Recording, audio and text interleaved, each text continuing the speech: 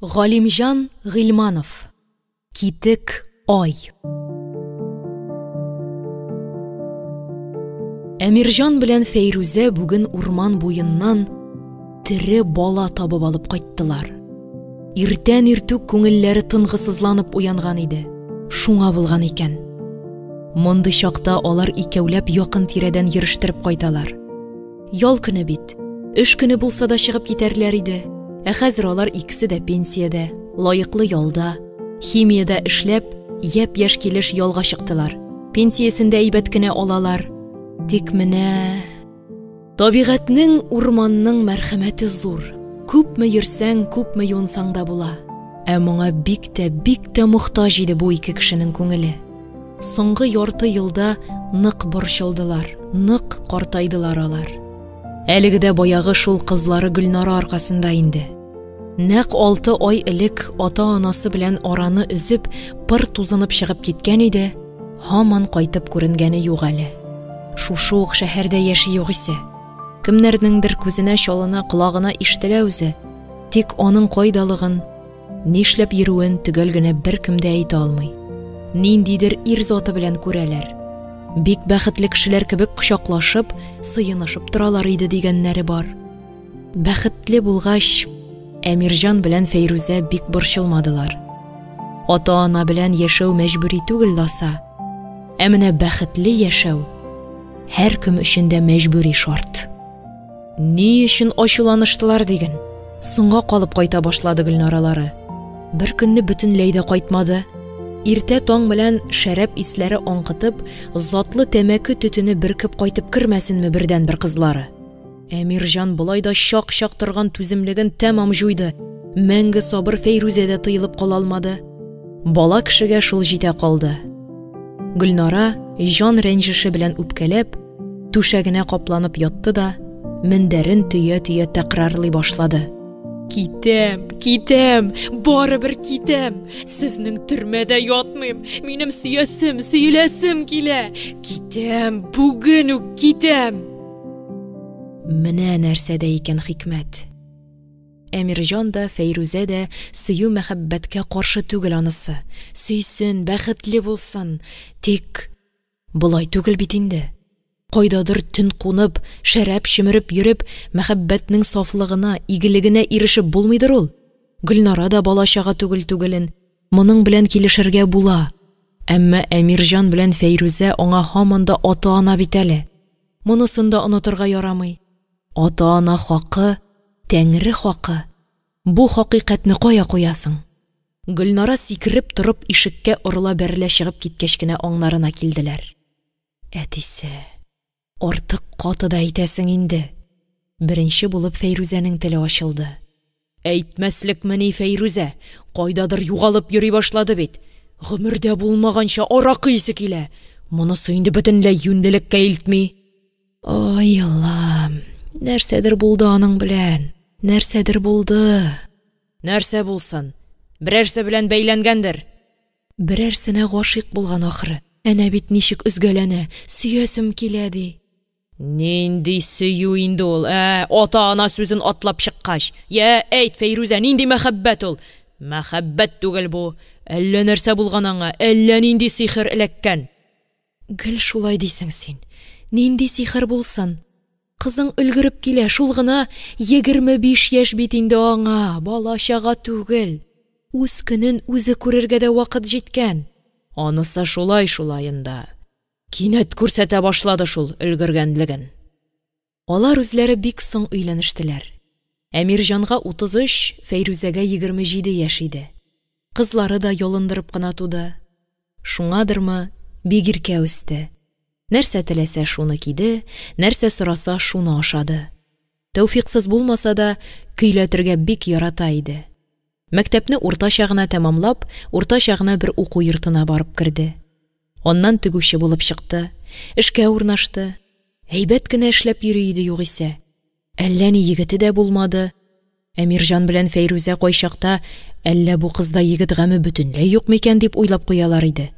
Һәм менә сиңәме? Хәзер нишләргә инде? Ни кылырга, каян эзләргә, ничек табарга саташкан бу кызны? Ярты ел бит, 6 ай, ярты көндә, ярты айда түгел. Нишләп кенә йөридер, кайда, ничек кенә, кем белән генә яшидер инде. Әмирҗан белән Фәйрүзәне бүген шул сорау уятты. Шул сорау көзге шыксыз урманга әйдәп алып чыгып китте. Тын гына, сөйләшмичә генә бардылар. Бу урман буена алар еш чыгалар. Әмма бу кадәр эшкә кергәннәре юк иде әле. Шәһәрне кыеп кергән урман артындагы биек йортлар күренә башлагач кына кире борылдылар.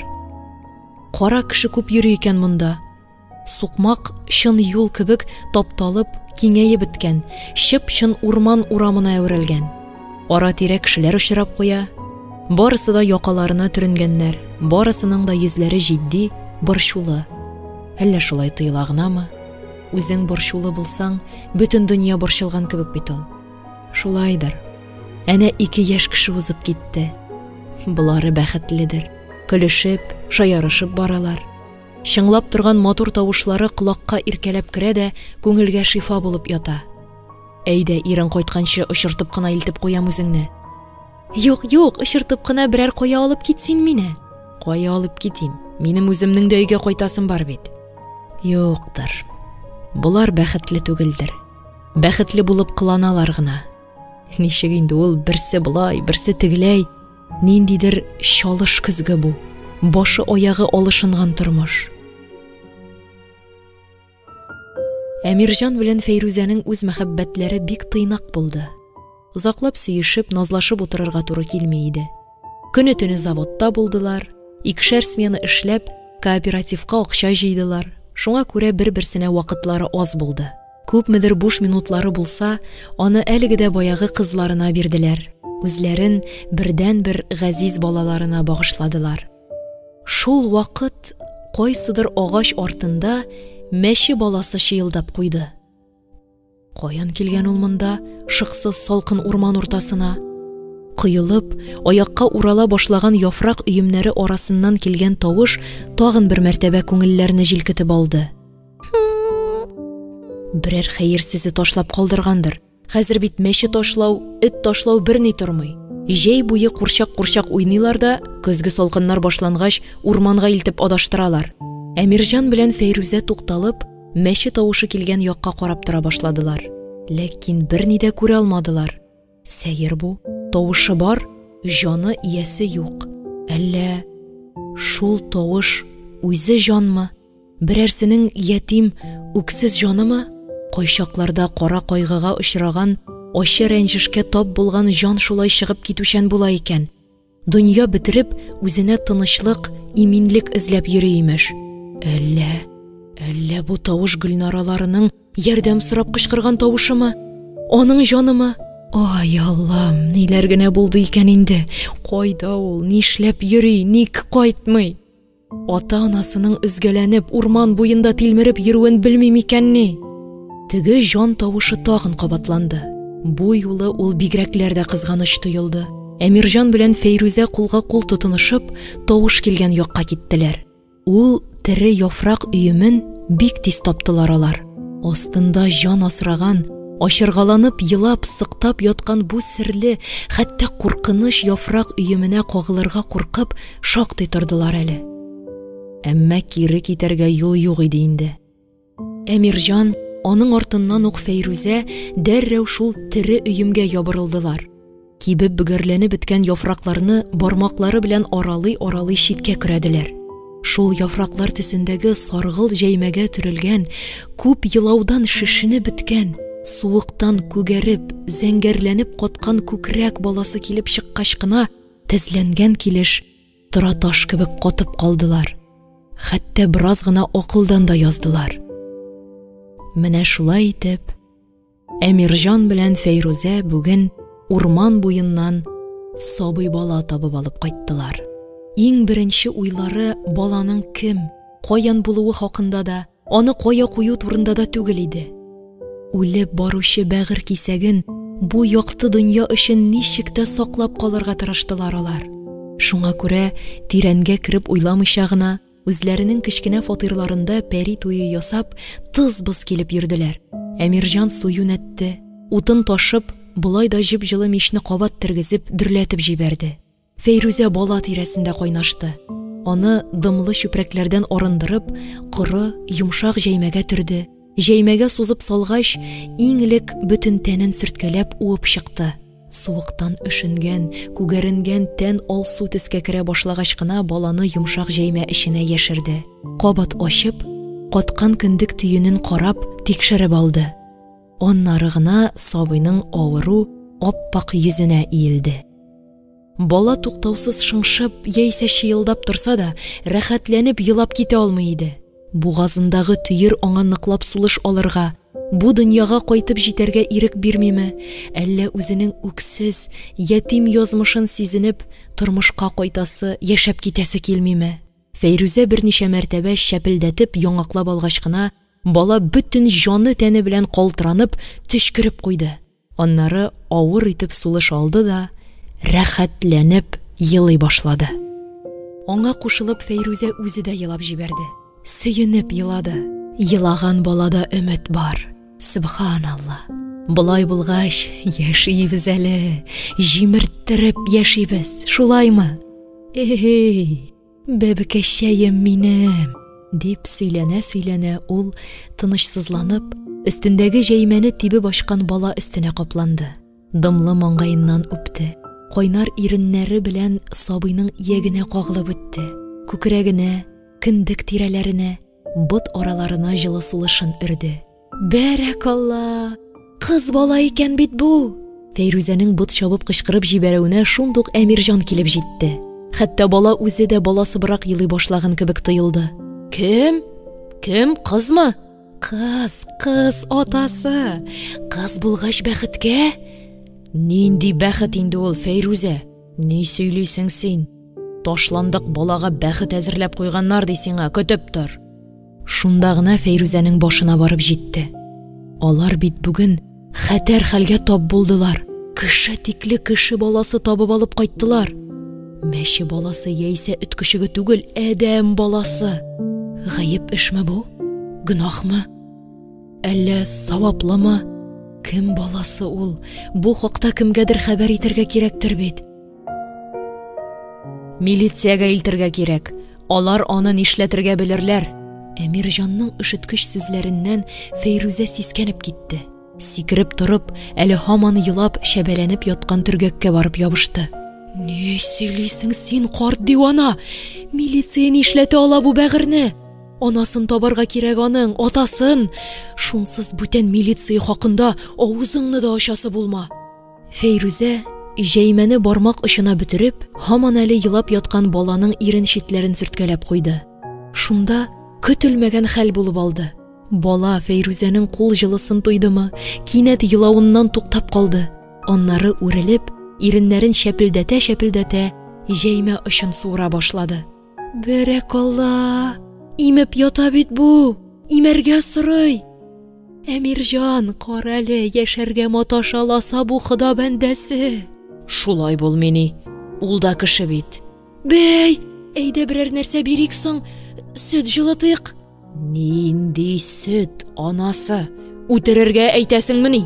Кибеткә чыгарга кирәк. Күкрәк сабыйларына ашата торган ризыклар бардыр әле. Бар алайса, әнә бит ничек имә. Мискенкәем. Әмирҗан кибеткә йөгерде. Фәйрүзә һаман бала тирәсендә бөтерелүендә булды. Үзе бер туктаусыз сөйләнде. Эй, бәбекәшәем минем. Кемнең генә җан кисәгедер инде син? Кемнең генә газизедер? Анаң кайда да, атаң кайда икән инде? Үз ихтыярлары белән йөриләрме алар? Әллә шайтан кыткысы йөртәме ул бәндәләрне? Кой әле, бөтен җиреңдә исән саумысың синең? Гарип гыраба дип ташламаганнармы? Шуңа гына каравым, тфу-тфу, ташка үлчим. Бусы ни тагын? Фәүзия бала чүпрәкләре арасыннан килеп чыккан ялтыравык нәрсәгә карап, тел шартлатып куйды. Әнекәй генәм, ай бит бу, көмеш ай, мөселман айы. Нишләп китек соң әле ул? Ай Аллам, китек тормышка, китек язмышка, китек иманга ишарә кебек бит бу. Ул арада Әмирҗан кайтып керде. Кірді дә, «Менә карчык, бер кочак ризык. Булардан ничек сөт ясарга икәнен язып алып кайттым», дип, кап-кап әйберләрне өстәлгә бушатты. Аннары түшәктә шәбәләнеп яткан ярым шәрә бала янына килде. Субханалла, 4 саны да бөтен балаласа бу. Ничек ташлый алдылар икән аны? Атасы. Фәйрүзәнең калтыраныбрак чыккан тавышында ниндидер шом сизенеп, Әмирҗан баладан айрылып, хатынына күтәрелеп карады. Бөтенлеккә бөтен дә, ниндидер сер-сихер бар бу җан иясендә. Менә китек ай чыкты. Нәрсә? Китек? Каяле? Китек шул, юнлегә түгелдер. Кемдер сихерләп калдырган бу баланы. Аңа ияреп, бәла казагына килмәсә ярар иде үзебезгә дә. Нинди юнсыз сүз сөйлисең син, карчык? Нинди сихер, нинди бәла? Хатын-кызлар түшләренә тагып йөртә торган гап-гади ай бит бу. Синең кызыңда да бар иде мондый ай. Китек бит ул, Әмирҗан. Булса ни, бөтен нәрсәдә бер вакыт туза, искерә, кителә. Шулай дисеңме? Беләсеңме мин нәрсә уйлыйм? Бу баланы ташлаган кеше калдырган моны. Эзе калсын, нәселе югалмасын дип уйлаган ул. Бәй, шулайдыр шул. Саклый галайса без моны. Ерак-карак яшереп куйым әле, югалмаслык җиргә. Эзе нәселе хакында сүз баруны сизепме? Әллә ачлык үзәген өздеме? Ул арада бала ярсып-ярсып елый башлады. Фәйрүзә почмакта торган бирнә сандыгы яныннан сикереп торып, балага ризыклар әзерләргә чыгып китте. Әмирҗан бала янына килеп, булдыра алган кадәр бала телендә сөйләшә башлады. Я, җитте инде, җитте. Елама, елап гомер генә агып чыга ул. Башың исән бит, бөтен җирең дә исән, калганы безнең кулда. Аннары Ходай Тәгалә кулында. Елама.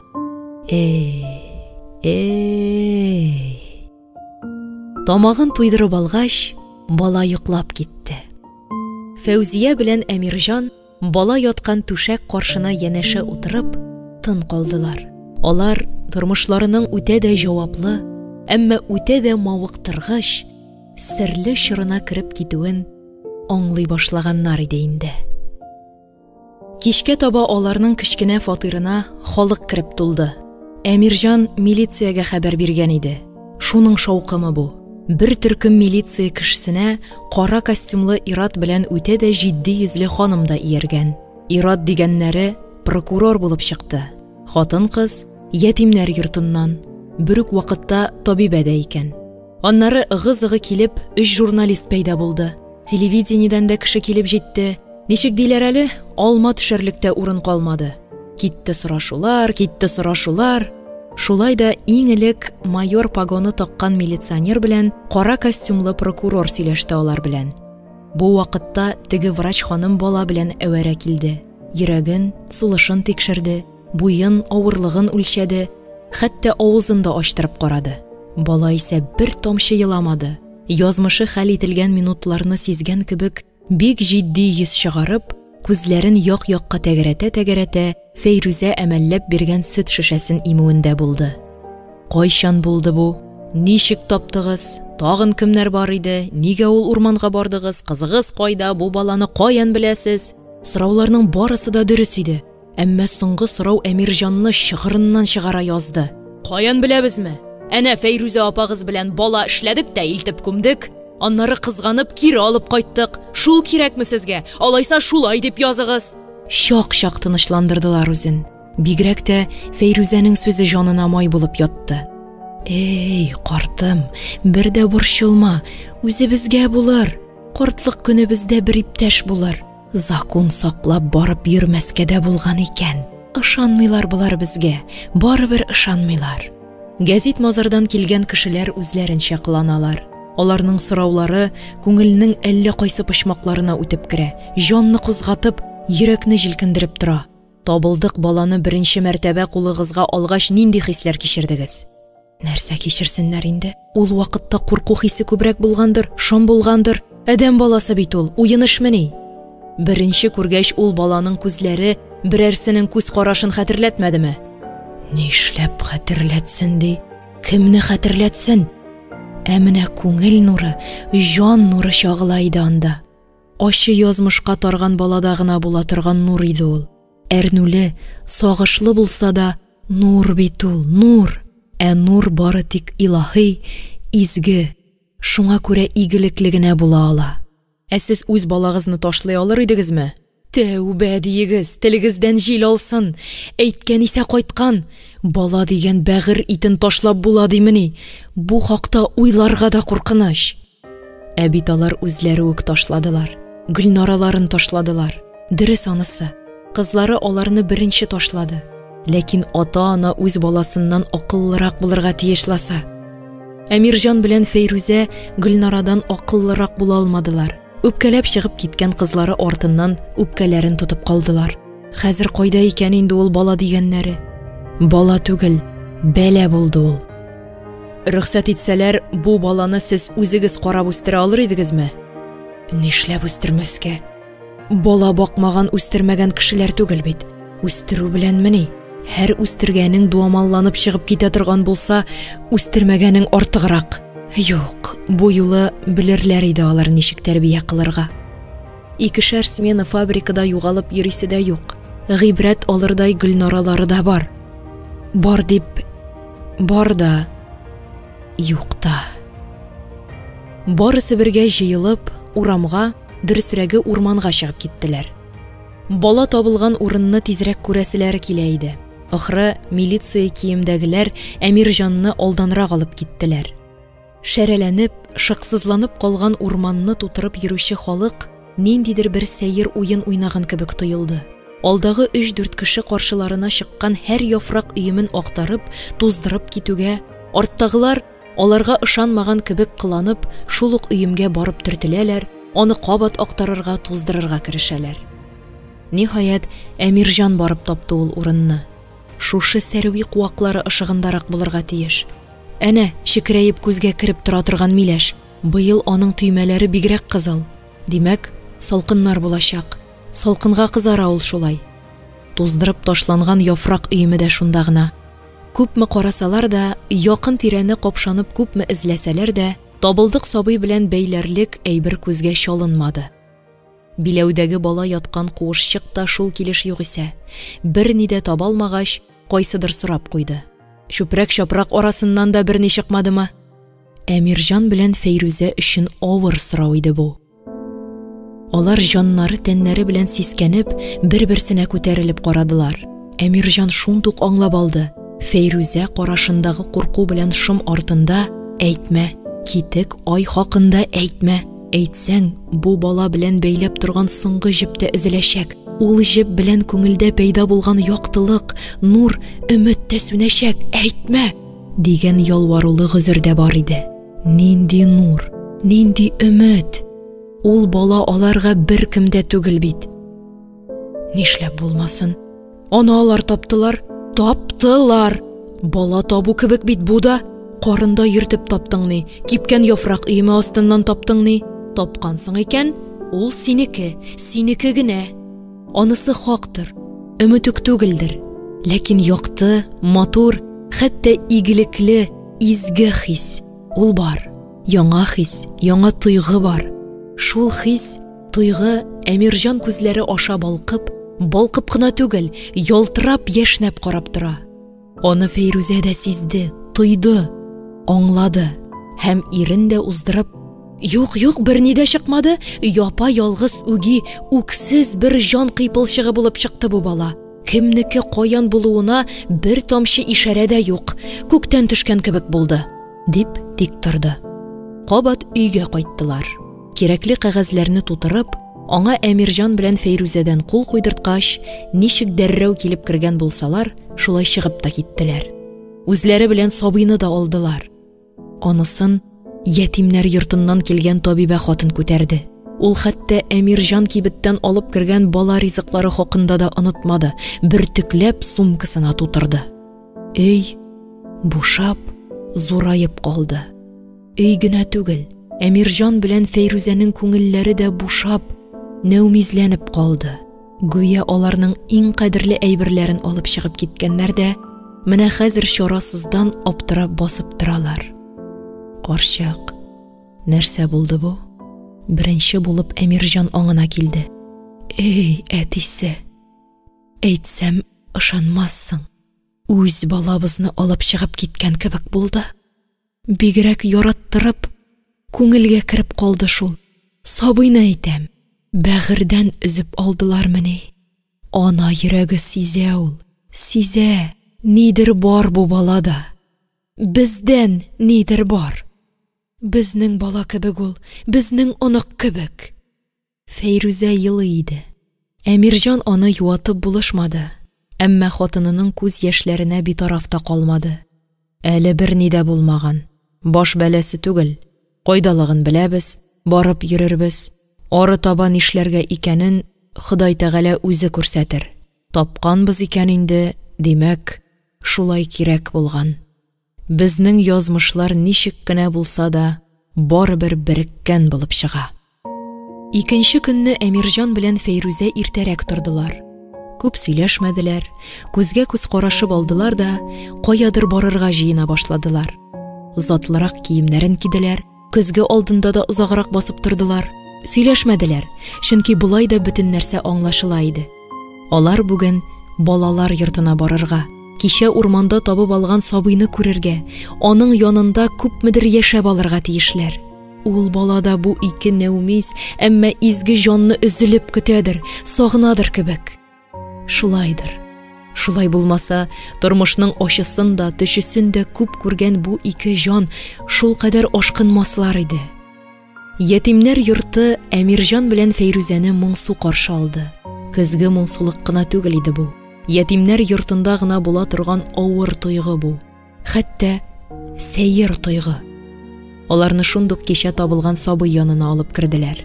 Изрәп йоклап яткан бала нидер сизенеп, дертләп калтыранып алды да, каршында күзләрен мөлдерәмә тутырып карап торган иске танышларын күреп, рәхәтләнеп, йылмаеп җибәрде. Фәйрүзәнең йөрәге өзелеп төшә язды. Әмирҗанның да дулкынланудан битләре тартышып куйды. Ай-һай кадерле, газиз иде алар өчен бу сабый кисәге. Фәйрүзә түзмәде, барып сабыйны кулына алды. Күкрәгенә кысып, тирән җирчыклар куна башлаган йөзен аның алсуланып торган бит алмаларына терәде. Күзләрен йомып, баланың сулышын тыңлаганда итте. Сулышын гына түгел, язмышын тыңлады ахры ул аның. Шулайдыр. Шулай булмаса, күзләреннән яшь тибеп чыгар иде менә. Бәгыр кисәгем минем, дип әйтә алар иде менә. Бала да аны үз иткәндәй, мес-мес килеп, иреннәрен шәпелдәтеп тора башлады. Йылмайганда итте. Кичәге табиба хатын да шунда иде. Ләйлә исемле икән. Ул бик итәгатьле булып чыкты. Серле язмыш сынавы каршында аптырабрак калган ике өлкән кеше тирәсендә бөтерелеп йөрде. Иң гаҗәпләндергәне баланың исем аты хакындагы сүз булды. Сездән башка кушасы килмәде. Нинди исем бирербез икән? Дип сорады ул. Фамилиясе сезнеке инде, анысында шик юк, дип тә өстәде. Әмирҗан җилкәсен сикертеп Фәйрүзәгә күтәрелеп карады. Фәйрүзә исә үзен бик тыныч тотты. Күптән уйланылган, хәл ителгән мәсьәләне игълан иткән кебек кенә әйтеп куйды. Зөләйха булыр. Кызыбыз үз баласына ниятләгән исем ул.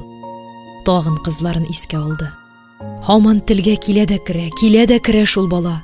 Нигә кермәсен? Үз балалары бит, үз насыйплары, үз җәрәхәтләре. Әнә бит Фәйрүзә әйтеп тә бетермәде. Әмирҗан йөзен сытты. Аның бөтен йөз җирчыклары тартылып, авыртынып куйды. Әйе шул, Гөлнара кечкенәдән, әтием Йосыф булгач, мин аңа үскәч Зөләйха исемле онык табып бирәм, дип сөйләнә иде. Йосыф Зөләйха кыйссасын укып тетрәнгән чаклары бар иде шул аның. Абилары тарафыннан сатылып, чит илдә типкедә йөргән Йосыф язмышы аның күңелен нык тетрәндергән иде ул вакытта. Ә хәзер әнә үзе читтә йөри. Үз ихтыяры белән чыгып китте. Шулай килештеләр. Балага Зөләйха исеме бирделәр. Туу турындагы таныклыкта Рахманкулова, Зөләйха Урмановна дип язып куйдылар. Соңгысы урманда табылуына ишарә булса кирәк. Бала янында кичкә кадәр юандылар. Аның тамагын туйдырып, әллә ничә мәртәбә чүпрәк-чапракларын алыштырып, хәтта чын кешеләр кебек сөйләшеп утырдылар. Фәйрүзә үзе инде. Ул арада тынгысыз Әмирҗан сырап нитеп тә тормыйча, искереп, кайырылып төшкән берничә ишекне рәтләп куйды. Әллә күпме өстәл урындыкны төзәтеп бирде. Урамга чыкканда караңгы төшкән иде инде. Көзгә авышса да, бүген кич җылы, хәтта якты, нурлы. Күктәге ай да гадәттәгедән ачыграк, җитәрәк, бераз сәеррәк кенә. Бер очы каядыр югалган. Хилал айның очы китек булса, юнделеккә түгел, начар фал. Әмирҗан белә бу хакта. Фәйрүзә дә беләдер. Шуңа күрә күккә күтәрелеп тә карамый барадыр. Башка вакытта сүздән туктатып та булмый үзен. Бүген әллә нәрсә булган. Авызына су капкан диярсең. Әмирҗанның аңа гына хушы җитәрлек. Фәйрүзәсенең күңеленә табылдык бала гаме кергән. Шул бер туктаусыз бимазалап, әрнетеп тора аның җанын. Әмирҗанны да борчый ул бала. Бигрәк тә теге китек ай белән бәйле сер тыңгылык бирми аңа. Күктәге ай кебек, аның да бер очы китек иде бит. Бер дә юнлегә түгел бу. Китек ай, китек иман дигән сүз. Китек күңел, китек язмыш дисәң дә ярый. Фәйрүзә, нәрсә инде, Әмирҗан? Әйдә, үртәлми генә сөйләшик әле. Сөйләшик соң? Теге табылдык ай хакында нигә һаман беркемгә дә әйтмисең? Онытканмын мин аны, Әмирҗан. Юк, онытмадың син аны. Мин сине беләм. Онытмадым. Онытырга уйладым гына. Нигә онытырга? Нигә? Үзем дә белмим. Афәт тамгысы ул, китек ай. Ширин яшергән, үлгән диләр бит. Ник яшерергә аны? Инде буласы булган, шуның белән килешергә дә тагын яшәп китәргә кирәк. Шулай дисеңме, Әмирҗан? Шулай димен. Улика бит ул. Иртәгә үк чыгар. Белсеннәр. Бәлки, иясендә табарлар. Хәзер милиция көчле. Шул айга карап, барсында ачыкларлар, белерләр. Табыла калса, шул ана дигән кешенең күзләренә карар идем мин. Кем үстерде икән ул хатынны? Кем бишектә бакты икән? Шул ата-анасының да күзләренә карар идем, йөзләренә төкерер идем. Кыз мәле карчык, алай ук шәпшемә. Кем белә нәрсә булганын? Әллә дөнья китереп кыскандыр ул ана затын. Бәлки, юлын, кыйбласын ялгышкандыр, алдангандыр. Әллә бу хәл тиле гыйшык галәмәтеме, иблис шаукымымы? Берни дә мәгълүм түгел. Шулай булгач, кызма, Фәйрүзә. Миһербанлы, игелекле булыйк. Баласын ташлаган анага хәзер бик кирәктер ул игелек, шәфкать дигәннәре. Эй, Әмирҗан, әллә аңламый дисеңме мине? Аңлыйм, бик аңлыйм. Үзебезнең Гөлнарада юлын ялгышып йөри әнә. Бит без аны начар бул, ата-анаңны санга сукма дип үстермәдек. Карчык, бер әйбер сорасам ачуланмыйсыңмы? Сора, Әмирҗан, тик җанны гына үртәмә, яме? Бит Гөлнараның да нәкъ шундый айы бар иде. Кит, юләр, аның айы китек түгел иде. Нәрсә сөйләгәнеңне беләсеңме соң син? Кешегә ялгыш ычкындыра күрмә тагын. Ярар, әйттем исә кайттым. Мин әйтмәдем, шайтан әйтте. Күңелең булдымы? Бүтән алай сөйләшмә, бала ташлап йөрергә. Без үстергән кыз бит әле ул, авызыңнан җил алсын. Күктәге айның китек очы һаман ачылмады. Киресенчә, төн караңгылыгы аның имгәнгән очын тагын да ныграк кимерә башлады. Ямсыз уйлар, әнә шул караңгы төн кебек, Әмирҗан белән Фәйрүзәнең күңелендә усалланып, үҗәтләнеп кимерергә керештеләр. Бу халәт аларга ят, әмма таныш та иде. Бүтән яныгызга кайтмыйм, язмышымны башкалар белән бәйләдем дип хаваланып чыгып киткән иде. Бер кыш, бер яз, бер җәй күренмәде Гөлнара. Сүзендә тора белә ул. Ата-анасының кызы бит. Туктале. Ул вакытта да кич иде бит. Кышкы кич иде. Ай булды микән ул кичтә? Әмирҗан төгәл генә хәтерләми. Ай булган булса, бер очы китек булмады микән? Алар өстенә төшкән бәләләргә Шушы ай гына гаеплеме әллә? Шулай итеп, Әмирҗан белән Фәйрүзә тормышында яңа дәвер, дөресрәге, яңа гомер башланды. Алар һәр көнне иртүк торалар, җыеналар да, күтәренке күңел белән дәртләнеп, ятим балалар йортына чыгып китәләр. Юк әле, баштарак мондый күтәренкелек, мондый дәрт юк иде. Сагышлы, зарлы иде аларның бу гадәтләре. Чөнки анасыз тормышка Зөләйха авыр күнекте. Озак авырлык белән яшәп китте. Бик хәлсез иде ул. Әмирҗан белән Фәйрүзә дә баштарак нәрсәдер булмаганмы, исәнме, бүген исәнме дип баралар иде. Картларның хәленә керергә теләгәндәй, Зөләйха да үлем белән бу якты дөньяга туган җан ияләрен сагалап торган шир авыруларга бирешергә теләмәде. Үзенең үксез, ятим язмышына үч итеп яшәргә, кеше булырга тырышты. Шулай бер ай үтеп китте. Баланың анасын табалмадылар. Фәйрүзә сандык төбеннән алып күрсәткән китек ай да ярдәм итмәде. Таныш прокурор ярдәмчесе бераз тоныклана, күкси башлаган көмеш кыйпылчыгын әйләндергәләп карап чыкты да кире борды. Чын улика була алмас бу. Мондый айлар бик күп, диде. Бу бит китек ай, ничек күп булсын, дип каршы төште Әмирҗан. Фәйрүзә дә аны җөпләп алды. Шул гомер яшәп, минем дә беренче генә күрүем әле, булмас, күп булмас. Бәхәсләшмәгез, Фәйрүзә ханым, күп дигәч күп. Шунда бәхәс тә тәмамланды, сүз дә бетте. Фәйрүзә барыбер китек айны ташламады. Өйгә кайтып керүгә үк, ап-пак кулъяулыкка төреп, чүпрәк-чапраклар тутырылган сандык почмагына салып куйды. Баланың язмышына шулай язылган булгандыр инде. Радио, телевидение бу үтә дә тетрәндергеч хәл хакында берничә атна буе яңгыратып, шаулап торса да, иң абруйлы гәзитләр кат-кат язып чыксалар да, Зөләйханың анасы табылмады. Бу аянычлы вакыйгага аныклык кертердәй бер генә ишарә дә, да булмады хәтта. Гүя бу бала адәм балаларын сынар өчен күктән иңдерелгән дә, шул күгенә кире кайталмыйча мәңгелеккә җирдә калган иде. Тагын бераздан, барыбер эшкә йөргән кебек йөрисең дип, Фәйрүзәне эшкә алдылар. Ятимнәр йорты директоры Тамара Сергеевна аны Зөләйха кебек үк нәниләр яшәгән түр палатага билгеләде. Әмирҗан да буш калмады. Ярты хезмәт хакы бәрабәренә урам себерүче булып керде. Урам себереп кенә дә калмады ул. Һәр ватык йозак, җимерек урындык, капка койма аның күзе, дөресрәге аның кулы аша узды. Аның хезмәт вазифасына әверелде. Ятимнәр йортында һәркем белә иде.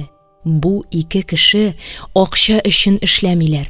Күңелләренә, бәгырьләренә төшеп береккән бала кисәге өчен Зөләйха исемле сабый янында булу бәрабәренә хезмәт итәләр. Бер тиен түләмәсәләр дә, Ходай каргаган шушы урында алны-ялны белми, көне-төне бил бүгәргә әзер иде алар. Зөләйха артыннан үзләре дә кеше теленә керделәр.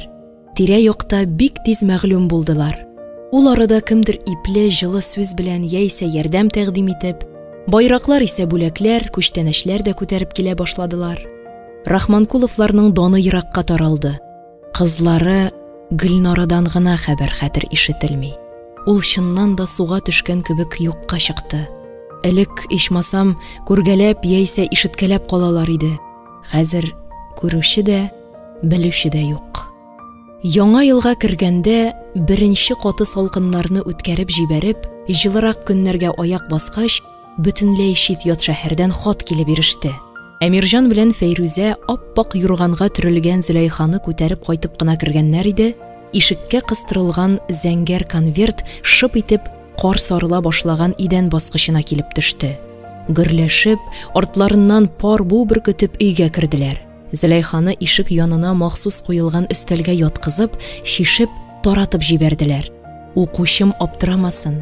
Ирле хатынлы Рахманкуловлар хәзер табылдык сабыйны ял көннәренә, өйләренә алып чыгалар. Бер гаилә, бер язмыш булып, рәхәтләнеп яшәп алалар.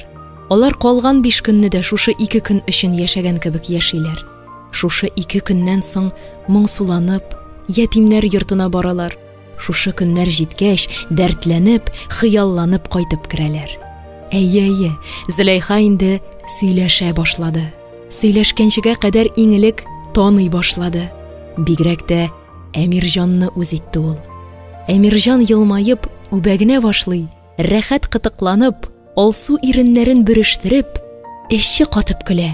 Шал кунган озын чәчләрен тарткалый, борыныннан тотып уйный, үрелеп, күзләрендәге бәхет нурын тотып алмакчы була.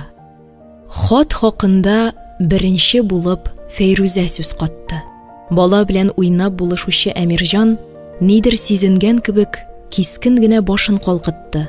Җитди, мәгънәле йөз чыгарып, әмма ләммим бер сүз дәшмичә, күзенә карап, хатынының карарын көтә башлады. Кемнән икән? Үз адресында исемен дә язмаган. Әллә... Шунда гына Фәйрүзә төшенеп алды. Кызының кулы, Гөлнарасының хаты бит бу. Атасы...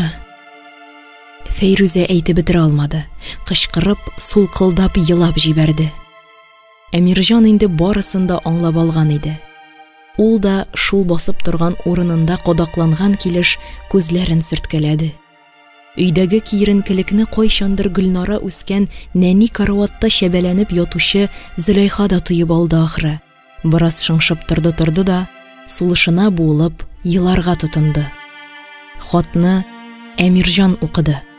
Фәйрүзә күкрәгенә Зөләйханы кысып тоткан килеш уйчан, хәтта кайгылы йөз белән тыңлап торды. Зөләйха да тыңлый. Ул инде еламый, ләкин көлми дә. Кадерле әтием, әнием, дип үзәкләргә үтәрлек, бәгырьләргә төшәрлек итеп башланып киткән иде бу хат. Сагынычлы сәламнәр белән сезгә хат яза кызыгыз Гөлнара. Сезнең шундый кызыгыз бар бит, онытмадыгызмы әле? Мин сезнең каршыгыздан нык гаепле. Мин Ходай Тәгалә каршында да зур гөнаһлы. Ул гөнаһымны гомерем буе юып бетерә алмасымны да беләм. Әмма сезнең мәрхәмәтегез, мәхәббәтегез аны бераз җиңеләйтер кебек. Шуңа күрә мине онытмагыз, көтегез. Озакламый мин кайтырмын. Мин бүген үк тә кайтыр идем. Көчем генә җитми. Сезнең күзгә күтәрелеп карарга җөрьәт итә алмыйм. Хәзер мин япа-ялгыз. Гөнаһым белән икәү генә. Минем язмышыма беркем дә хуҗа түгел. Ходай Тәгалә ихтыярында гына ул. Ә Ходайның ихтыяры киң ул, зур ул, шиксез ул. Шуңа ышанып яшим. Үзем хакында башка берни дә яза алмыйм. Кайткач, барысын да сөйләшербез. Мине эзләмәгез. Бөтенләй чит ят шәһәрдә яшәп ятам. Әгәр инде минем бу тормышымны яшәү дип атап булса. Әмирҗан үзе укый, үзенең күзләре тыйнак кына елыйлар, яшь түгәләр. Фәйрүзәдә тыйнаклыкның әсәре дә юк. Түшәктәге мендәр өеменә башын терәп, сулкылдап сулкылдый. Әмирҗан хатынына карап ала да укуын дәвам итә. Нидер чакыра мине туган йортыма. Кемдер чакыра. Сез дә көтәсездер. Әмма тагын кемдер көтә кебек мине анда. Әллә җиңеләя башладым инде. Сездән башка кем көтсен мине? Ник көтмәсен? Бәгыремнең бер кисәге калды анда. Җанымның бер өлеше калды. Фәйрүзәнең түшәк өстендә өзгәләнүен күреп, Әмирҗан туктап калды.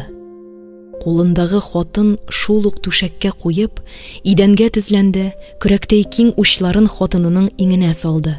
Сыйпамады, назламады, бары тик куйды гына.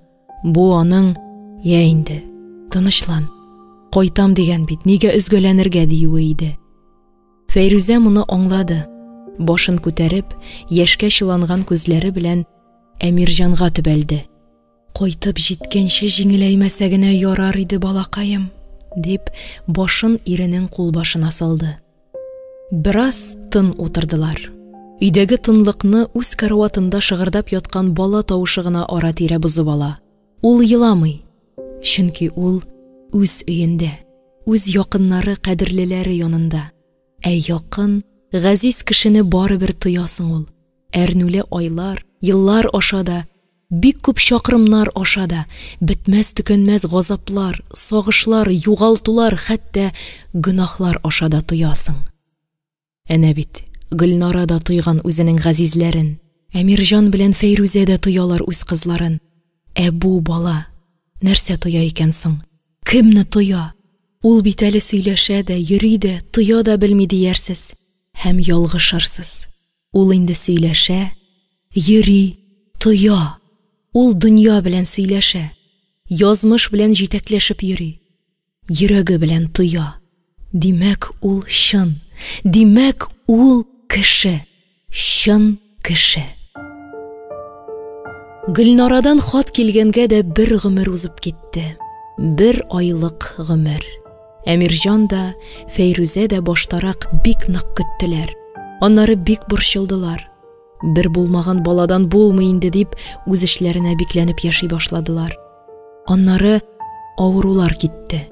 Иң элек Зөләйха авырды. Ирененә ана сөте тимәгән бала кышны, суыкны авыр кичерә. Һәркемгә мәгълүм нәрсә. Ана сөтенең көчен, шифасын һәм игелеген тагын нәрсә генә алыштыра ала икән? Кемнеңдер күңел җылысымы, йөз яктысымы, изге теләгеме, илаһи дугасымы? Юктыр. Буларның берсе дә алыштыра алмыйдыр ана сөтен, ана назын. Әмирҗан белән Фәйрүзә дә алмашлап авырып киттеләр. Аларга күңел тынычлыгы җитмәде ахыры. Бу тынычлыкны кызлары Гөлнара гына бирә ала иде. Хәтта Зөләйха да өлкәнәйгән көннәрендә тормышларына бүләк итеп җибәрелгән үксез сабый да аларның күңелен үз урынына кайтара алмады. Гөлнара бер кем көтмәгәндә февральнең иң салкын вакытында гарасатлы бураннар котырган бер мәлдә кайтып төште. Ширләр инде үтеп киткән, авырудан соң бераз мантымасмы, ныгымасмы дип Тамара Сергеевнадан ял сорап, Зөләйханы бер атнага өйгә алып чыкканнар иде. Әмирҗан белән Фәйрүзә үзләре дә әле ширдән соң буын катырып өлгермәгәннәр. Шулай да күңелләре көр, зиһеннәре ачык, йөзләре якты аларның. Ниндидер өмет, хәтта сихри тоемлау белән яшәгән көннәре иде. Шуңа күрәдерме, бөтен дөньяны күз ачкысыз буран каплаган бер иртәдә ишек кыңгырауының өзгәләнеп кычкырып җибәрүен бары тик бер нәрсәгә генә, Гөлнараның кайтуына гына юрадылар. Бер-берсенә карашып алдылар. Икесе дә дәррәү урыннарыннан кузгалып, кабат утырдылар. Бераз тын калып тордылар. Караватында сөйләшеп ятучы Зөләйха да нәрсәдер сизенгән кебек дәшмәс булды. Ниндидер серле, хәтта изге илаһи мизгел иде бу. Кыңгырау тавышы үзәкләрне өзеп кабатлангач кына, Әмирҗан сикереп торып ишеккә ташланды. Фәйрүзә дә торып басты. Әмма көн үзен салмый торган җыйнак алъяпкычын бармак очлары белән бөтерә-бөтерә шул урынында катып калды. Салкын болыты ияртеп килеп кергән Гөлнара, кулындагы төенчекләрен бер якка атып, иң элек әтисен кочаклап алды. Аннары гына каушап төшкән әнисен күреп, аңа ябырылды. Ана белән кыз бик озак кочаклашып тордылар.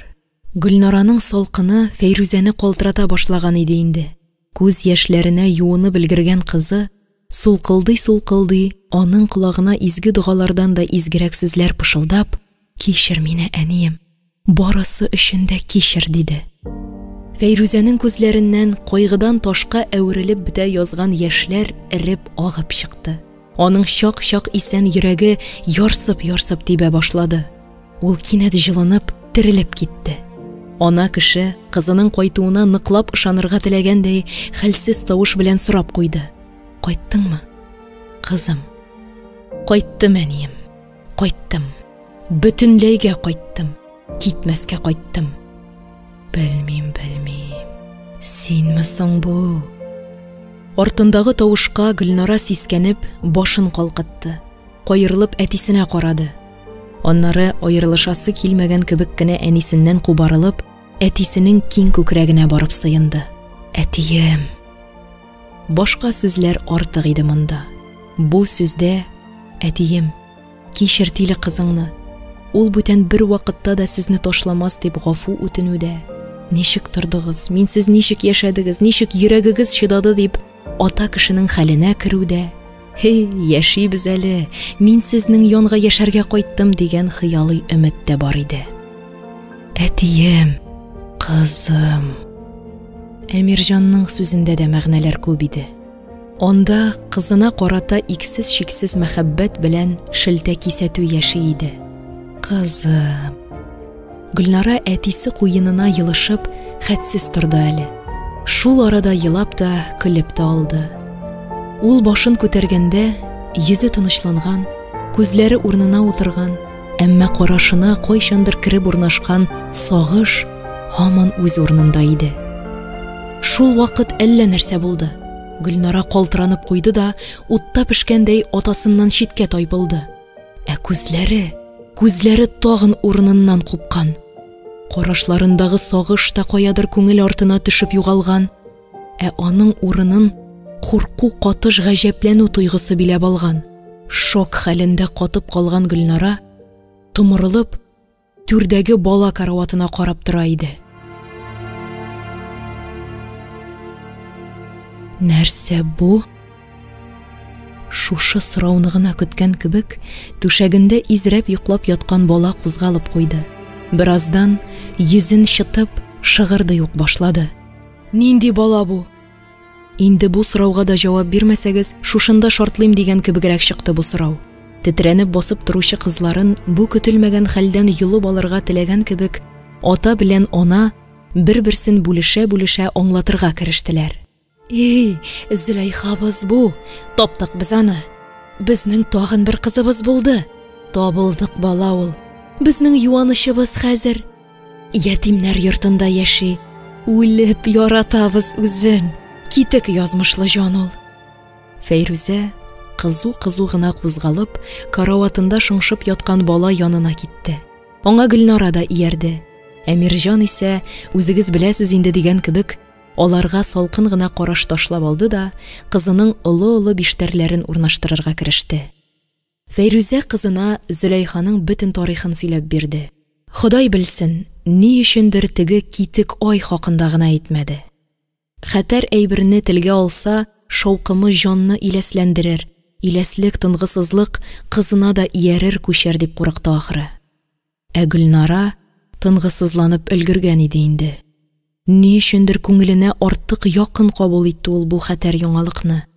Ә ничек табып алдыгыз? Каян? Янында медальон кебек әйбер юк идеме? Фәйрүзә бу юлы да китек ай хакында әйтми калдырды.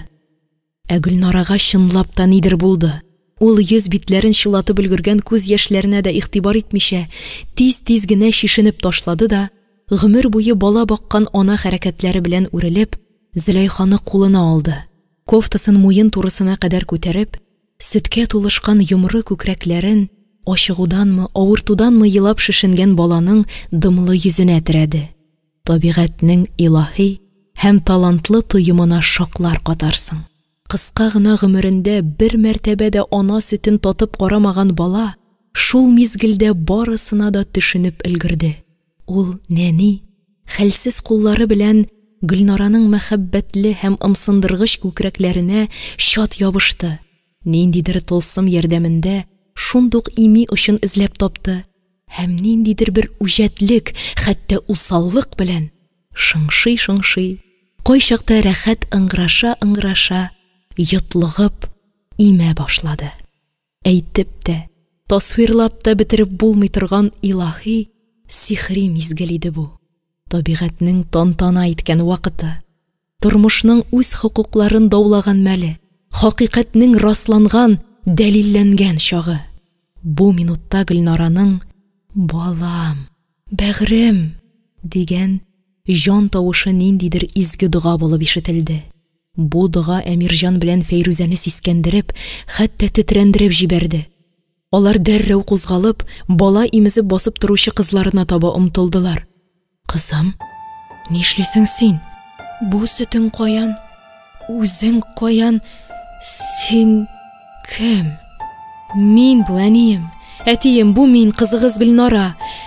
Моңа аптырамагыз. Бала төшерттем мин. Баласы юк инде, ә сөте калды. Кайчакта күкрәкләрем өзелеп төшәрдәй булып сызлый. Андый чакта үземне үзем савып, кыймакка тугыла башыйм. Хәзер кыймак кайгысы бетте, әнә бит ничек имә мискенкәем. Бала. Фәйрүзә бу ахлы зарлы сүзне әллә табылдык балага карата, әллә үзләренең бәхетсез кызларына карата әйтте. Төгәл генә беленми калды. Бу хәлләрдән йөрәге ярылыр хәлгә җиткән Әмирҗан исә сабырлыгын җуеп, киенеп тә тормыйча, ишекне бәреп ачып, тышка чыгып китте. Гөлнара кайткач, өйгә ям керде. Ана сөте булган җирдә оҗмах нурлары балкый башлый диләр. Дөрес икән. Зөләйха да күзгә күренеп үзгәрде, терелеп, тазарып китте, елмая, көлә башлады, йөзенә кеше төсе керде. Тик шунысы гына, закон буенча бала ятимнәр йортында яшәргә тиеш икән. Рәхим ит, күпме телисең шул кадәр килеп йөрә, әмма өйгә алып чыга алмыйсың. Ярамый. Әмирҗан белән Фәйрүзә барыбер үзләренекен итәләр. Зөләйханы ял көннәренә үзләре белән алалар. Атна уртасында да оннан аерылмыйлар. Алар хәзер өчәүләп ятимнәр янында яталар. Тамара Сергеевна Гөлнарага да эш тапты. Кухняга бәрәңге әршергә, табак савыт юарга билгеләде. Гөлнара таш ватарга дисәләр дә риза булыр иде.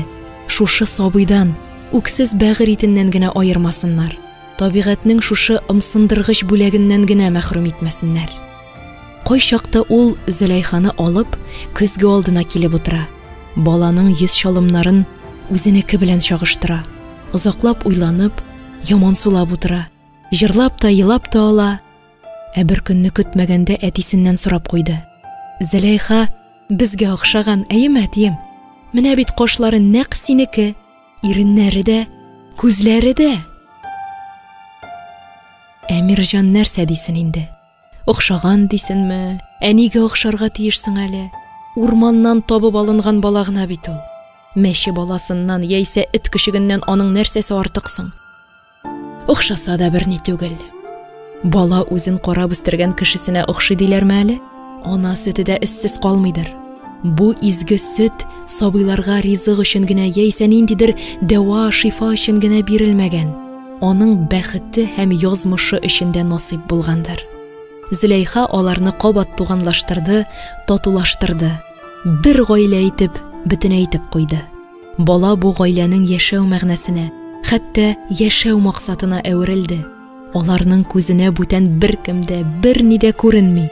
Аларга бүтән бер кемдә, бер нәрсә дә кирәк түгел иде. Ләкин Рахманкуловлар гаиләсенең бәхете бөтен үк түгел икән әле. Гөлнараның ара-тирә яшереп кенә елап алуы, Фәйрүзәнең жан авазы белән сыкрап, хәтта сукранып куюы, Әмирҗанның жан өшеткеч сынаулы карашы бу дөньяның кайсыдыр чите китек булуы хакында сөйлиләр иде. Зөләйханы бөтенләйгә кызлыкка алу уе беренче булып Әмирҗаннан чыкты. Көннәрдән бер көнне Зөләйха тирәсендә кайнашкан Фәйрүзә белән Гөлнарага карап торды да әйтеп куйды ул: "Алып кына кайтыгыз инде бөтенләйгә. Бигрәк үз балагыз итеп бетердегез", диде. Тегеләр шундук бер-берсенә карашып алдылар. Зөләйха да тынып калгандай булды. "Карале балам, чынлап та кызлыкка алсак, безгә бирмәсләр, ә менә сиңа бирәләр, монысы хак." Гөлнара җавап бирмәде. Җавап урынына үзенең тарихын сөйли башлады. Юк, елап сыктап утырмады, тыныч кына укыган китабының эчтәлеген сөйләгән кебек кенә сөйләде ул. "Мин аны җаным тәнем белән яраттым. Гомеремне дә бирергә әзер идем." Баштарак ул да яраткан кебек иде. Бик назлады, кадерләде. Бала буласын белгәч, үзгәрде. Якын килмәс булды. Бүтәннәр белән очраша башлады. "Балаңны ташласаң, кабат кайтам" дигәч, сабыемны төшереп, читкә чыгып киттем. Барыбер ташлады. Баласыз да калдым, сөйгән ярсыз да. Менә сез генә калдыгыз. Аннары шушы бала. Ләкин мин аны кызлыкка алырга куркам. Ходай каргышы төшәр дип куркам. Үз баласын ташлаган ананың кеше баласына ана булырга хакы юк. Мин моны гына беләм. Шуңа күрә Зөләйханы үземә сыендыра алмыйм. Аны бәлки бу минутта үз анасы эзлидер. Нигә аларның юлына аркылы төшәргә? Кызлыкка алсак, ул үз язмышын югалтачак, нәселен, тамырын югалтачак. Ишетәсезме, әнием, әтием? Зөләйханы алырга минем хакым юк. Безнең хакыбыз юк. Булай гына карарбыз. Кагазсыз, нисез карарбыз. Менә дигән итеп карарбыз, үстерербез. Шулай бит. Шулай да. Ятимлек дигән нәрсә гомер буе җанын теләчәк бит аның. Их, әнием, ата-ана янында да шыр ятим булып яшәргә мөмкин ласа. Фәйрүзә бүтәндәшмәде. Гөлнара да җайсыз сүзгә кабат әйләнеп кайтмаячагын белдерергә теләгәндәй, салмак кына торып, балага алма буламыгы әзерләргә кереште. Әмирҗанның сүзе бетмәгән икән әле. Дөрес, кызым, тапкан түгел, тәрбияләп үстергән кеше ана булырга тиеш. Табу беләнмени, назыңны, җаныңны бирмәгәч. Әмирҗанга кушылып, дип тә, дип тә әйтүче булмады. Бөтен нәрсә элеккечә калды. Тормыш үз көенә дәвам итте. Зөләйха ай үсәсен көн үсте. Кызлыкка алырга теләмәсә дә, Гөлнара аңа тәмам күнегеп, кая ул күнегеп кенә, бирегеп җитте. Ул хәзер ятимнәр йорты каршында тегү цехы ачып җибәрде. Үзе йөреп, хакимияттән акча юнәтте. Ятим балаларга берсеннән-берсе матур киемнәр тегеп кидертә башлады. Эштән ана, гаилә җылысыннан мәхрүм булсалар да, тыштан өшемәсеннәр дип уйлады ул. Ул хәзер һәр кайда макталып йөри. Хакимияттә булган киңәшмәләрдә еш була. Ятимнәр мәнфәгатен кайгыртып, ялкынлы чыгышлар ясый. Һәр бала өчен, һәр үксез җан өчен үзенең җанын, бәгырен мәңге телгәләргә әзер тора. Әмирҗан белән Фәйрүзә дә тәмам тынычландылар. Кызларының күзгә күренеп үзгәрүе, тормышка кайтуы сөендерде аларны. Тик ишелеп килгән сөенеч артында еш кына көенеч сагалап торуын да яхшы беләләр бу күпне күргән кешеләр. Намаз укыганда бер үк күз тия күрмәсен дип изге дугалар өчен ят сүзләрдә кыстырып җибәрәләр хәтта. Ләкин тормышның барышын, язмышның ихтыярын кайчакта изге дугалар, яхшы теләкләр генә үзгәртә алмый шул. Беренче шомлы хәбәр Гөлнараның телефон аша күршедәге балалар йорты директоры белән сөйләшүе булып килеп иреште. Сезгә узган көздә берәр кыз бала китермәделәрме? Түшендә китек ай булырга тиеш аның. Юк, былай гына сорыйм. Бер танышым белешергә кушкан иде. Фәйрүзәнең күңелен ниндидер билгесез шом биләп алды. Каян белә ул китек ай хакында? Бу бәла хакында каян белә? Соңыннан тынычланды тагы. Белсә соң, ишеткәндер, бу бала хакында кем генә нәрсә генә сөйләмәде бит. Ләкин Зөләйха бар бит инде, бар. Нигә тагы сораша ул аны, ник эзли?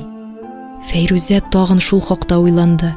Үз баласын югалткан хатын кызда нинди бурчы булмас. Шулай да нинди китек ай хакында сорашты икән аның Гөлнарасы. Җаен туры китереп бер сорармын әле дип йөрсә дә, Фәйрүзә бу хакта кызыннан кистереп кенә сорый алмады. Инде тәвәккәлләп, сорарга җыенып беткәч кенә, Гөлнара суга төшкән кебек кинәт юкка чыкты. Кайтмады. Югалды. Гаип булды. Әмирҗан белән Фәйрүзә ни уйларга да белмәделәр. Анда сугылдылар, монда бәрелделәр, әмма кызларының изенә төшә алмадылар. Ятимнәр йортыннан ниндидер ир затына ияреп чыгып китүен күргәннәр күрүен. Тик аның кем икәнен, каян икәнен беркем дә әйтә алмады. Гөлнараның югалуын ничек тә кичергәннәр иде. Бу юлы югалту кайгысы авыру булып килде. Әмирҗан салкын тидереп түшәккә егылды. Фәйрүзә дә аяксыз калып өй тирәсендә генә чуала башлады. Ятимнәр йорты да, Зөләйха гаме дә яңа борчулар астында күмелеп калды. Шулай 3 көн үтте. 3нче төнгә кергәндә, соң гына ишектән күтәренеп Гөлнаралары кайтып керде. Йөзләре шат кояш, күзләре пар йолдыз кебек балкып яналар. Кулында биләүгә төрелгән бала, телендә татлыдан татлы сүзләр. Әнием, әнекәем минем, ничек тордыгыз?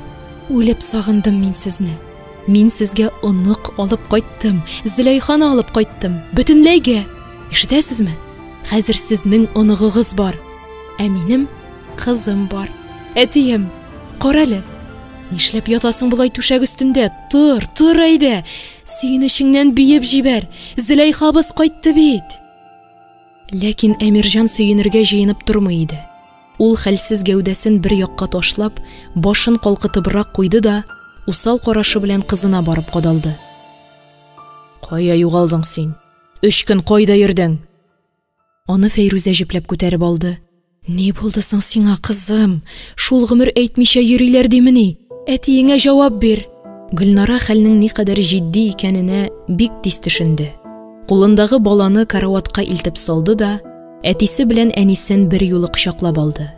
Мин тагын китә яздым. Тик бу юлы мине сездән айырып та, кайырып та ала алмадылар. Мин бит аны әле дә яратам, ул да ярата.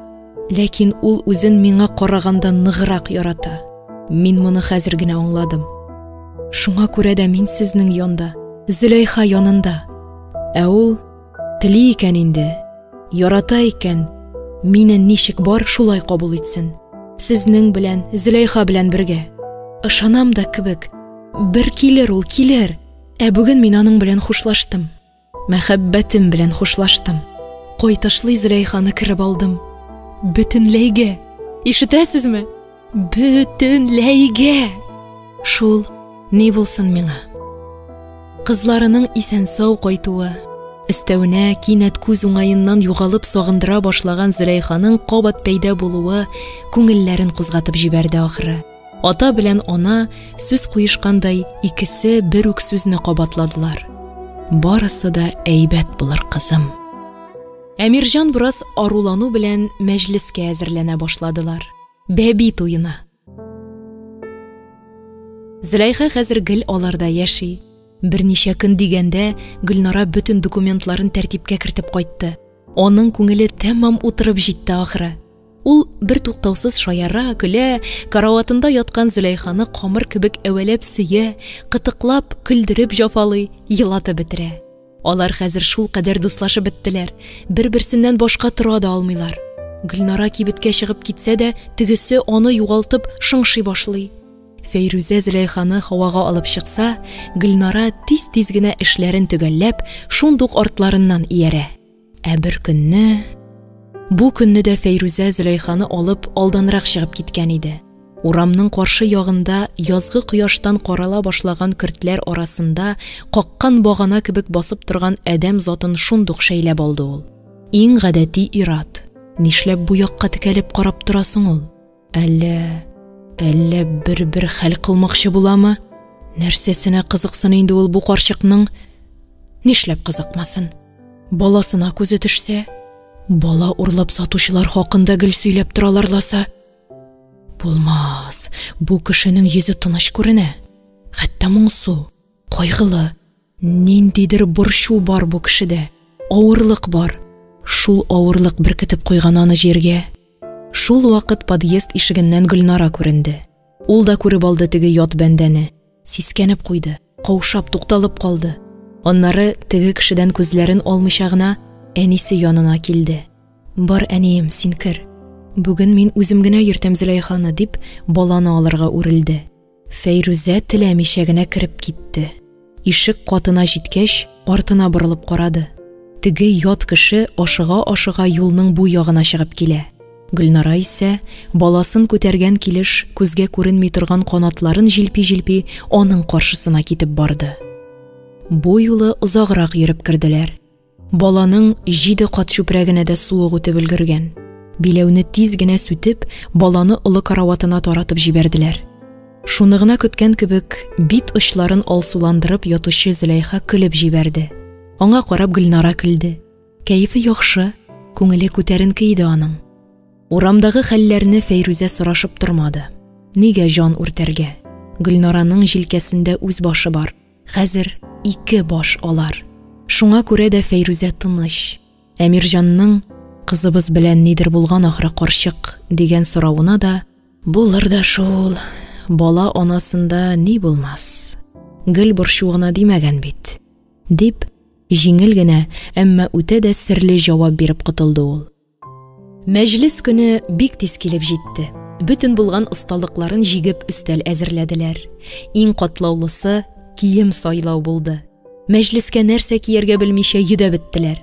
Аптырамаслык та түгел, инде күптәннән сый әзерләгәннәре, кунак җыйганнары, бәйрәм туй иткәннәре юк икән бит аларның. Баштарак эш дип гомер үткән, аннары бәйрәм итәрлек, мәҗлес җыярлык сәбәп тә калмаган. Гөлнара тугач, дус ишләре туган тумача белән җыелып утырган кичне яхшы хәтерлиләр. Фәйрүзә аппак озын күлмәктән, түшенә үз күзләре кебек үк зәңгәр су төймәләр яткан, билендә эштән бигрәк күбрәк матурлык өчен киелгән шигүле алъяпкыч. Әмирҗанның кыяфәте дә күзнең явын алырлык. Шундый ук ак күлмәк, солдаттан ияреп кайткан йылдыз аеллы каеш белән буылган, йөргәндә җил килеп тора торган киң балаклы кара чалбар. Алар бу юлы да нәкъ шулай киенергә булдылар. Фәйрүзәнең әйтүе булды, Әмирҗанның риза булып ым-кагуы булды. Гөлнара ширек гасыр буе өй пычмагында уеп яткан яшел сандыкны таратып та чыгарды. Ачып та җибәрде. Исле сабын, сабантуй исләренә ияреп, кеше тормышындагы бүтән бик күп исләр бөркелеп килеп чыктылар да, бөтен өйне, дөньяны, күңелләрне тутырып ташладылар. Абау! Яшел сандыкка чумып әйбер эзләгән Гөлнара корт чаккандай сикереп торды. Әнекәем, нәрсә бу? Аның учында кайчандыр Фәйрүзә сандык төбенә яшереп куйган китек ай кисәге ята иде. Бөтен җаны тәне белән тетрәнеп, калтыранып торган кызларын күргәч, Әмирҗан да, Фәйрүзә дә телләреннән, зиһеннәреннән яздылар. Бираздан гына ис акылларына килеп, бер-берсенә карарлык, күзләре белән генә түгел, күңелләре белән дә аңлашырлык хәлгә керделәр. Телләре ачылды. Нәрсә булсын, Зөләйха белән бергә иде ул. Китек булганга, күңелем шомланып, сандык төбенә яшергән идем шул. Кызы алдында аклана башлаган Фәйрүзәне бүлдереп, Әмирҗан катыгына әйтеп куйды. Кире салып куй син аны, кызым, күзгә күренеп, күңелне авырттырып тормасын. Ләкин Гөлнара аларны ишетми дә, тыңламый да иде. Аның йөрәгенә мәңге төзәлмәслек җәрәхәт уелып өлгергән иде. Бу җәрәхәтнең исеме Зөләйха иде. Шуңа күрә дә ул күңелен кузгатып җибәргән хисләрен тыеп та, яшереп тә тормыйча, тамагын туйдырып, алсу йөзен җыя алмыйча көлеп яткан кызына ташланды. Балам, бәгърем, син бит минеке генә, минеке. Кичер мине, бәгърем, кичер мине, бәгыр кисәгем, йөрәк маем. Барысы өчен дә кичер бу юньсез анаңны. Ул сине бүтән бер вакытта да ташламаячак. Гөлнараның күкрәгенә кысылып, тынсыз калган Зөләйха өзлегеп еларга кереште. Фәйрүзә белән Әмирҗан да хисләренә ияртеп күз яшьләрен үз иркенә куйдылар. Алар инде барысына да төшенеп алганнар иде. Гөлнара кызлыкка яздырып кайткан Зөләйха кайчандыр үзе үк ташлап калдырган бала булып чыкты. Шуңа күрәдерме, аларның күңелендә ах итәрлек сөенеч мазар юк иде. Көенеч тә юк югын, әмма шатлык, куаныч та юк. Бары тик ниндидер эчке сызлану, авыртыну гына бар. Бу сызлануның исеме булса, ул гыйбрәт, яисә язмыш исемле булыр иде. Бары тик шулай гына. Шул вакыт җаннарга үтеп ишек кыңгырауы тавышы яңгырады. Барысы да дертләп киттеләр. Хәтта ачы күз яше белән елап ятучы Зөләйха да тыптын калды.